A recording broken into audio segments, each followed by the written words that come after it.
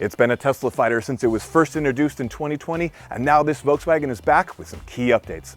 What's up, folks? I'm Dave Underkoffler, editor-in-chief of Autolist.com, back with another one-week test drive. This week's victim is the 2024 Volkswagen ID.4. It's an all-electric compact crossover. While it may look the same on the outside, Volkswagen has made some key updates to both the range and the horsepower, plus packed some new tech on the inside. So is all that going to be enough to keep up with rivals like the Tesla Model Y, the Hyundai Ioniq 5, the Kia EV6, and the Ford Mustang Mach E? Let's go spend a week with this and find out. All right, let's start with a walk around of this 2024 ID.4.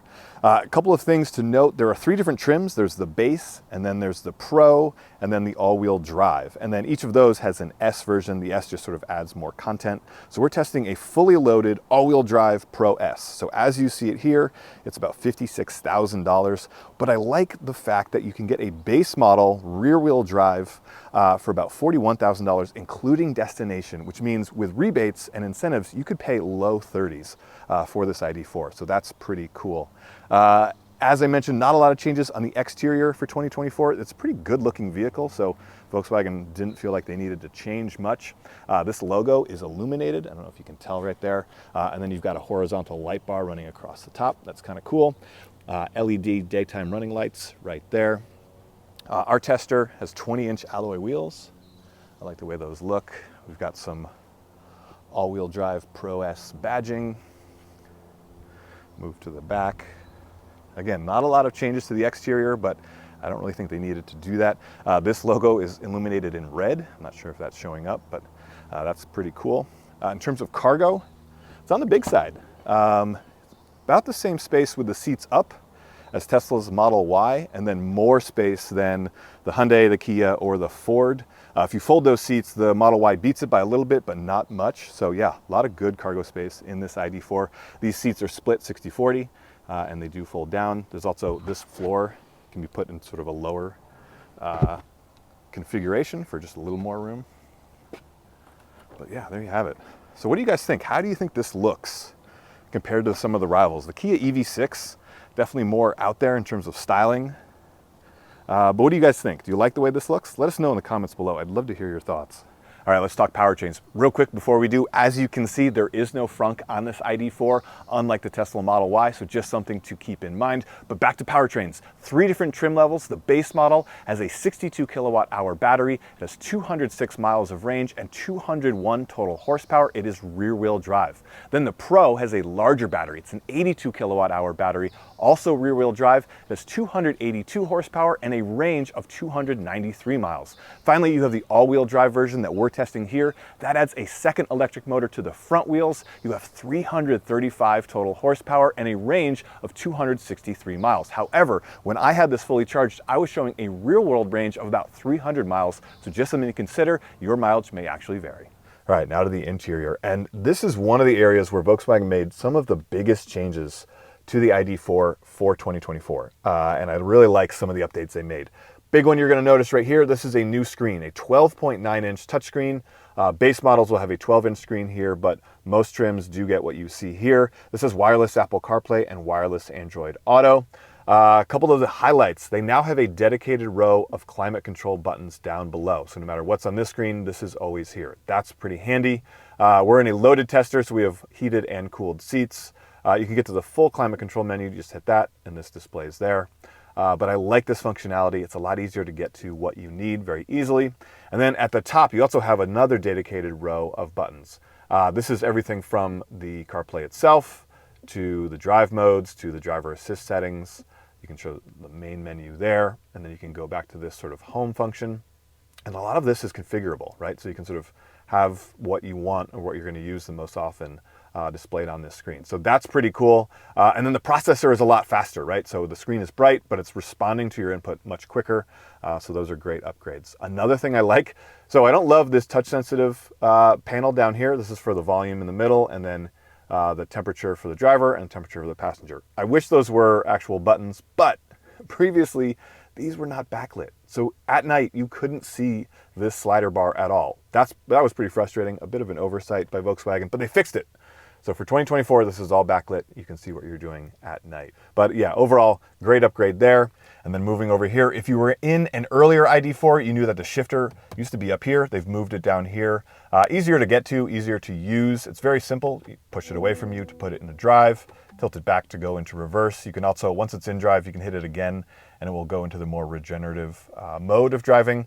Parking is here on the end, push that. There's also an on-off button down here. I drove this car for like 3 days before I realized this is here. You don't need to use that. The car will turn on or off automatically when you get in or out of it.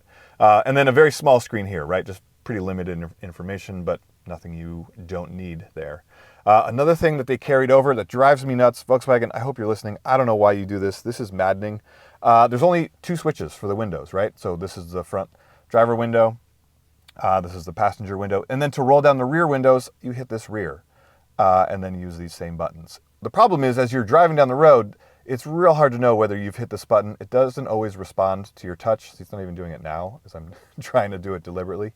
And so if you're trying to get the rear windows down, especially if kids in the back seat like I do who are yelling for their rear window, just touching this all the time is so frustrating. Volkswagen, just put 4 of these buttons. I can't imagine how many dollars you're saving by having just 2 buttons. That's pretty annoying. But otherwise, a really great interior, well built, very solid.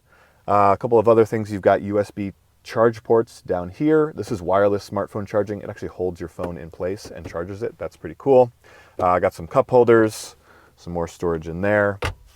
We've got a panoramic moonroof. Really nice, really opens up the interior. I do wish it opened actually, but I'll take the glass. It's pretty cool.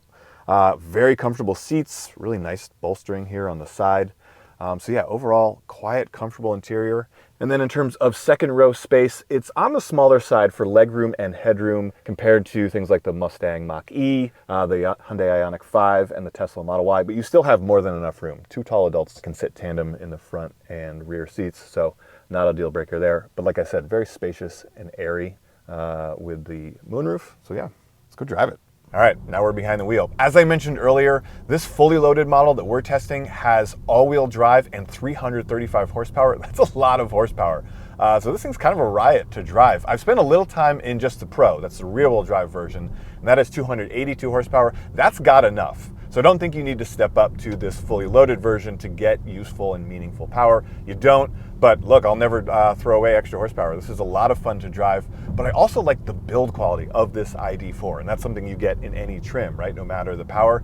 You could drive this blindfolded, don't do that at home, but you could drive it blindfolded and think that you were in an Audi. The ride quality, the noise levels are very low. Everything just feels like it's on a luxury car level. So kudos to Volkswagen for really putting together a solid electric vehicle. So one thing a lot of electric car owners are always curious about is regenerative braking. Can I do one pedal driving on this new EV? You can't in this Volkswagen. You do have the B mode, you can put it in, and there is a degree of regenerative braking. It will slow the car down as you come off the throttle, but it's not strong enough where you can do one pedal driving. So that's a little bit of a frustration. I do like some of the rivals, like the Hyundais or the Kias, where you have paddle shifters on the steering wheel, and you can use those to dial up or down the strength of that regenerative braking to the point where the most strongest setting is one pedal driving. I like that feature. It doesn't have it in this Volkswagen, so that's a bit of a miss. But otherwise, the driving experience in the ID.4 is pretty good. As I showed you earlier on the screen, you can change some of the drive modes. So the default mode, like I said, is pretty fast, pretty engaging, but you can put it in the sport mode and really kind of dial things up. The handling is pretty middle of the road in this ID.4. It's not going to feel like a sports car, but it is going to be pretty fun and engaging for your daily driving. Visibility is good, not great. It's a little tight out the rear window, especially I've got car seats. Maybe you won't, but even if you don't, it is on the smaller side. But definitely not a deal breaker. But yeah, overall, very pleasant, comfortable car to drive, feels very solid. Yeah, it's definitely a highlight of this ID.4. All right, folks, there you have it, our 1-week test drive of the 2024 Volkswagen ID.4. Overall, we really do like this car. We think Volkswagen made some key changes that address the issues we didn't like in the earlier version. So if you are shopping for a compact, all-electric crossover, this ID.4 should definitely be on your list. So for reviews or listings of this Volkswagen or anything else you're shopping for, new or used, be sure to check out Autolist.com. And before you go, like and subscribe to this channel so you can get alerts on all of our future updates. We'll see you out there.